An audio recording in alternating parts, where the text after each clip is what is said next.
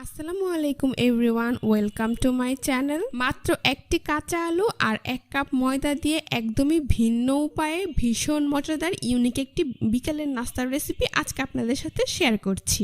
নাস্তাটি তৈরি করা খুবই সহজ আর সময় লাগে একদমই অল্প। বাচ্চাদের টিফিনের জন্য কিংবা বিকেলে চায়ের আড্ডায় ঝটপট এই রেসিপিটি তৈরি করে দিলে পরিবারের বড় থেকে ছোট সকলেই এটি খুবই পছন্দ করবে আর মজা করে খেয়ে নেবে। এই রেসিপিটি তৈরি করার জন্য প্রথমে এখানে আমি একটি বড় সাইজের কাঁচা আলু নিয়েছি। এবার একটি পিলার দিয়ে খুব ভালো করে আলুর খোসা আমি ছাড়িয়ে নিচ্ছি। আপনারা চাইলে আলুর পরিমাণটা বাড়িয়ে কমিয়ে নিতে পারবেন কিংবা এর সাইজ ছোট বা বড় নিতে পারবেন। আপনারা চাইলে এই কাজটা ছুরি কিংবা বটি দিয়েও করতে পারবেন। এই যে দেখুন, আমি কিন্তু খুব ভালো করে আলুটার খোসা ছাড়িয়ে নিয়েছি। এখন এটাকে ধুয়ে পরিষ্কার করে নিচ্ছি। তারপর অন্য একটি মিক্সিং বলে আমি পরিমাণ মতো পানি নিয়ে নিচ্ছি। এইবার একটি গ্রেটার দিয়ে এই আলুটাকে গ্রেট করে সরাসরি এই পানির মধ্যে নিয়ে নিচ্ছি। এখানে আলুটাকে গ্রেট করে সরাসরি পানিতে নিলে পরবর্তীতে আলুটা লাল হয়ে যাবে না আর নাস্তাটার কালারও খুব সুন্দর আসবে। তো দেখতেই পাচ্ছেন আমার কিন্তু সম্পূর্ণ আলুটাই গ্রেট করা হয়ে গিয়েছে আর আমি কিছুটা মোটা গ্রেটার দিয়ে এখানে গ্রেট করে নিয়েছি। এখন আমি এই আলুটাকে 2-3 বার পানি চেঞ্জ করে খুব ভালো করে ধুয়ে নেব। এতে করে আলুতে থাকা অতিরিক্ত কষ বা স্টার্চটা চলে যাবে। তারপর এই গ্রেট করা আলু কুচিগুলোকে আমি খুব ভালো করে পানি ঝরিয়ে একটি বাটিতে নিয়ে নেব। এখন চুলায় একটি প্যানে প্রায় 2 টেবিল চামচ পরিমাণ রান্নার রেগুলার তেল দিয়ে দিচ্ছি। তেল কিছুটা গরম হয়ে গেলে এখানে আমি প্রায় 1 চা চামচ পরিমাণ আস্ত জিরা দিয়ে দিচ্ছি। চুলার আঁচ মিডিয়ামে রেখে এটাকে 1 মিনিটের মতো ভেজে নিচ্ছি। তারপর এখানে আমি দিয়ে দিচ্ছি প্রায় 1/4 কাপ পরিমাণ পেঁয়াজ কুচি। পেঁয়াজ কুচিটাকেও আমি প্রায় 2 মিনিটের মতো ভেজে নেব, এতে করে পেঁয়াজের কাঁচা গন্ধটা চলে যাবে আর পেঁয়াজও কিছুটা নরম হয়ে আসবে। তো দেখতেই পাচ্ছেন আমার কিন্তু পেঁয়াজ কুচিগুলো ভাজা হয়ে গিয়েছে। পর্যায়ে আমি এর মধ্যে অ্যাড করে দিচ্ছি 1/2 চা চামচ পরিমাণ আদা রসুন বাটা। চুলার আঁচ মিডিয়াম টু লোতে রেখে আদা রসুন বাটা পেঁয়াজের সাথে খুব ভালো করে মিশিয়ে নিয়ে 2 মিনিটের মতো ভেজে নেব। তো আমার ভাজা হয়ে গিয়েছে। এখন আমি এর মধ্যে দিয়ে দিচ্ছি একটি গ্রেট করা আলু। গ্রেট করা আলু কুচিগুলো আমি খুব ভালো করে পানি ঝরিয়ে নিয়েছিলাম। এই আলু কুচিগুলোকে আমি সব কিছুর সাথে খুব ভালো করে মিশিয়ে 2 থেকে 3 মিনিটের মতো ভেজে নিচ্ছি। ভাজা হয়ে গিয়েছে। এ পর্যায়ে আমি এর মধ্যে কিছু গুঁড়ো মশলা অ্যাড করে দিব। এখানে আমি দিয়ে দিচ্ছি স্বাদ মতো লবণ, হলুদের গুঁড়ো দিয়ে দিচ্ছি 1/4 চা চামচ পরিমাণ, মরিচের গুঁড়ো 1/2 চা চামচ পরিমাণ, ধনিয়ার গুঁড়ো দিয়ে দিচ্ছি 1/2 চা চামচ পরিমাণ। তারপর এখানে আমি ম্যাগি টেস্টি মশলা দিয়ে দিচ্ছি 1/2 চা চামচ পরিমাণ। আপনাদের হাতের কাছে না থাকলে এর পরিবর্তে আপনারা চাট মশলাও দিতে পারবেন। সবশেষে এখানে আমি অ্যাড করে দিচ্ছি 1/4 চা চামচ পরিমাণ গরম মশলার গুঁড়ো। এবার এই সবগুলো উপকরণ একসাথে খুব ভালো করে মিশিয়ে নিচ্ছি। সাথে সবগুলো মশলা মেশানো হয়ে গেলে এখন চুলার আঁচ মিডিয়ামে রেখে আরও 2-3 মিনিটের মতো আলুগুলোকে ভেজে নেব। তো ভাজা হয়ে গেলে এখন আমি এর মধ্যে অ্যাড করে দিচ্ছি একটি মিডিয়াম সাইজের টমেটো কুচি। টমেটো কুচিটাকেও সব কিছুর সাথে খুব ভালো করে মিশিয়ে নিচ্ছি। মেশানো হয়ে গিয়েছে। এবার এখানে আমি দিয়ে দিচ্ছি 3 থেকে 4টি কাঁচামরিচ কুচি। কাঁচামরিচটাকেও সব কিছুর সাথে খুব ভালো করে মিশিয়ে নিচ্ছি। এখন চুলার আঁচ একদম লোতে করে দিয়ে একটি ঢাকনা দিয়ে ঢেকে এটাকে এভাবেই রান্না করব প্রায় 7 থেকে 10 মিনিটের মতো। তো ফিরে এলাম 10 মিনিট পর। আমি ঢাকনাটা উঠিয়ে নিচ্ছি।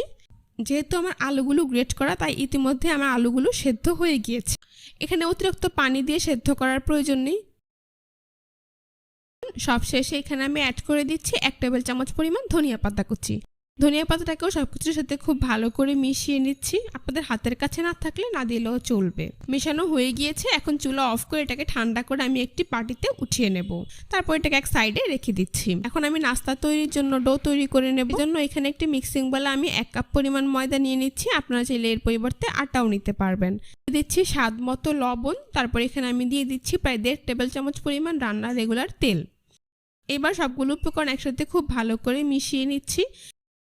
এইখানে ময়ানটা যত ভালো হবে নাস্তাটা তত বেশি খাস্তা এবং মুচমুচে হবে। এখন দেখবেন ময়দা এইভাবে হাত দিয়ে মুঠো করলে দলা পেকে যায়, তাহলে বুঝতে হবে ময়দা পারফেক্টলি মাখানো হয়ে গিয়েছে। এখন আমি এর মধ্যে অল্প অল্প করে পানি অ্যাড করে একটি সফট ডো তৈরি করে নিচ্ছি। এখানে আমি নর্মাল টেম্পারেচারের পানিটাই ব্যবহার করেছি। আপনারা চাইলে কুসুম গরম পানি দিয়েও এখানে ডোটা তৈরি করে নিতে পারবেন। তো দেখতেই পাচ্ছেন অল্প অল্প করে পানি অ্যাড করে আমি কিন্তু একটি ডো তৈরি করে নিয়েছি। এখন আমি এর উপর সামান্য পরিমাণ তেল মাখিয়ে ঢাকনা দিয়ে ঢেকে এটাকে রেস্টে রেখে দেবো 15 থেকে 20 মিনিটের জন্য।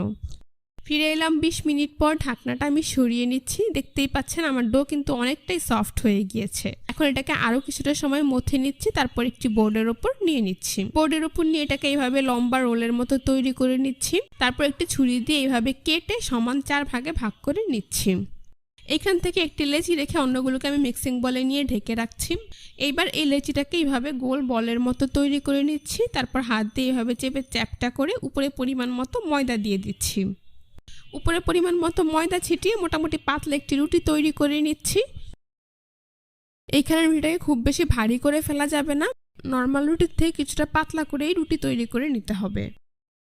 তো দেখতেই পাচ্ছেন আমার রুটি তৈরি করা হয়ে গিয়েছে আর এর পুরুত্ব ঠিক এমন হয়েছে। এখন এরকম একটি স্কেলের সাহায্যে সমান করে এর 3 পাশ আমি একটি ছুরি দিয়ে এইভাবে কেটে নিচ্ছি। আপনারা একটু খেয়াল করলেই বুঝতে পারবেন কাজটা আমি ঠিক কিভাবে করছি। তো দেখতেই পাচ্ছেন আমরা কিন্তু 3টি পাশ কাটা হয়ে গিয়েছে, অতিরিক্ত অংশটা আমি সরিয়ে দিচ্ছি। এগুলো দিয়ে আমি একইভাবে আবার নাস্তা তৈরি করে নেব। এখন আবারও স্কেল দিয়ে 3 থেকে 4 ইঞ্চি মতো লম্বা রেখে একটি শীট আমি এখানে কেটে নিচ্ছি। এখন এই শীটটা সমান করে আমি আরও 2টি শীট কেটে নেব। দেখতেই পাচ্ছেন একটি রুটি দিয়ে কিন্তু আমি সমান 3টি শীট তৈরি করে নিয়েছি। এখন এখান থেকে একটি শীট আমি নিয়ে নিচ্ছি, তারপর এর মধ্যে তৈরি করে রাখা আলুর পুরটা দিয়ে দিচ্ছি। হাত দিয়ে চিকন করে এর মাঝ বরাবর আলুর পুরটাকে নিয়ে নিচ্ছি। তারপর এর এই 2 পাশ আর সামনের পাশটাতে পানি লাগিয়ে নিচ্ছি। নিচের পাশে পানি লাগানোর প্রয়োজন নেই। এখন শীটটার নিচের পাশটা এভাবে উঠিয়ে মাঝ বরাবর এনে খুব ভালো করে লাগিয়ে নিচ্ছি। 2 পাশ খুব ভালো করে চেপে দিতে হবে, 2 পাশ এভাবে খুব ভালো করে চেপে দিতে হবে। এখন এটাকে একইভাবে আবারও এভাবে ধরে ফোল্ড করে দিতে হবে। যেহেতু এই পাশে আমি আগেই পানি লাগিয়ে নিয়েছিলাম, তাই নাস্তাটি সিল করতে এখন সুবিধা হবে। নাস্তাটির এই পাশটা খুব ভালো করে এইভাবে চেপে সিল করে দিতে হবে, তা না হলে নাস্তাটা ভাজার সময় খুলে যেতে পারে। একটি কাঁটা চামচ দিয়ে এর 2 পাশে এভাবে চেপে সুন্দর ডিজাইন করে দিচ্ছি। এতে করে নাস্তাটি দেখতে যেমন সুন্দর হবে আর এর 2 পাশ খুব ভালোভাবে সিল করাও হয়ে যাবে। দেখতেই পাচ্ছেন কত সহজেই কিন্তু আমি একটি নাস্তা তৈরি করে নিয়েছি। এখন এটা একটি প্লেটে উঠিয়ে নিচ্ছি। এভাবে আমি সবগুলো নাস্তা তৈরি করে নিয়েছি। এখন নাস্তাগুলোকে ভেজে নেব। সেই জন্য চুলায় একটি প্যানে পরিমাণ মতো তেল দিয়ে তা মিডিয়াম হিটে গরম করে নিয়েছি। এবার গরম তেলে একে একে নাস্তাগুলোকে দিয়ে দিচ্ছি। নাস্তাগুলোর এক পাশ ভাজা হয়ে গেলে এগুলোকে আমি উল্টে দিচ্ছি। চুলার আঁচ মিডিয়ামে রেখে এভাবে কিছুক্ষণ পরপর উল্টে পাল্টে নাস্তাগুলোকে আমি গোল্ডেন ব্রাউন কালার এবং মুচমুচে করে ভেজে নিয়েছি।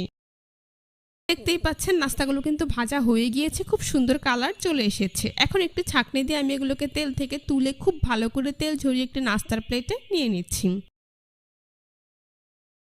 সবগুলো নাস্তা আমি এভাবেই ভেজে নিয়েছি। এখন গরম গরম পরিবেশন করে আপনাদের দেখিয়ে দিচ্ছি। দেখুন নাস্তাগুলো দেখতে মাশাআল্লাহ কতটা সুন্দর হয়েছে আর খেতেও হয়েছে অসাধারণ। বাচ্চাদের টিফিনের জন্য কিংবা বিকেলের নাস্তায় যে কোনো ধরনের বায়না পূরণ করতে আপনারা এই রেসিপিটা একবার তৈরি করে দিতে পারেন, দেখবেন তারা খুবই পছন্দ করবে। অতিথি আপ্যায়নও আপনারা চাইলে এই রেসিপিটি তৈরি করে দিতে পারেন, তারাও আপনার খুবই প্রশংসা করবে। আশা করছি আজকের রেসিপিটা আপনাদের সবার কাছে ভীষণ ভালো লেগেছে। রেসিপিটি ভালো লাগলে অবশ্যই আমার চ্যানেলটি সাবস্ক্রাইব করবেন, পাশে থাকা বেল বাটনটি অন করে দিন। সবাই ভালো থাকবেন, সুস্থ থাকবেন। আল্লাহ হাফেজ।